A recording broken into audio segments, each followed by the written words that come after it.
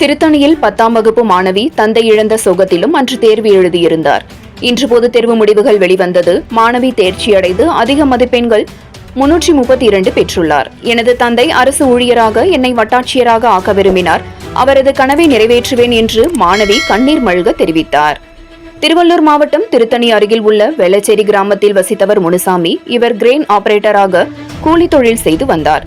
இவருக்கு மனைவி மற்றும் 2 பெண் பிள்ளைகள், ஒரு ஆண் பிள்ளை உள்ளது. கடந்த மாதம் இவர் முனுசாமி உடல்நலக்குறைவால் மரணமடைந்தார்.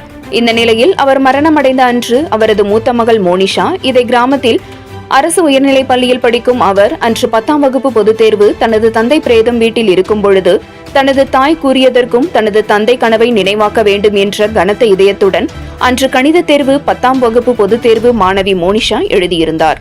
இன்று 10ஆம் வகுப்பு பொதுத் தேர்வு முடிவுகள் வெளிவந்தன. இதில் மாணவி மோனிஷா 10ஆம் வகுப்பு பொதுத் தேர்வில் கணித தேர்விலும் தேர்ச்சி பெற்று தேர்வாகி 10ஆம் வகுப்பு பொதுத் தேர்வில் மொத்த மதிப்பெண்ணாக 332 பெற்றுள்ளார்.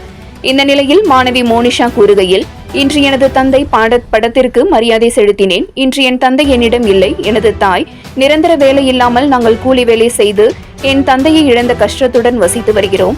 என் தந்தை என்னை ஒரு அரசு ஊழியராக வட்டாட்சியராக பார்க்க விரும்பினார். அதற்காக கடினமாக படித்து நான் அந்த நிலையை என் தந்தை மீது ஆணையாக அடைந்து எனது தந்தையின் கனவை நிறைவேற்றுவேன் என்று தெரிவித்தார். மிகவும் கஷ்டப்படும் சூழ்நிலை குடும்பம் என்பதால் அரசாங்கம் எனக்கும் என் தம்பி தங்கைக்கும் படிப்புக்கும் என் தாய்க்கு ஒரு நிரந்தர வேலை ஏற்படுத்தி தர வேண்டும் என்றும் இவர் அரசுக்கு கோரிக்கை வைத்தார். தந்தை இறந்த சோகத்திலும் மாணவி தேர்வில் தேர்ச்சி பெற்று மன உறுதியுடன் தனது தந்தை கனவை நினைவாக்குவேன் என்று கூறியது மாணவியின் மன வலிமையை பறைசாற்றுகிறது.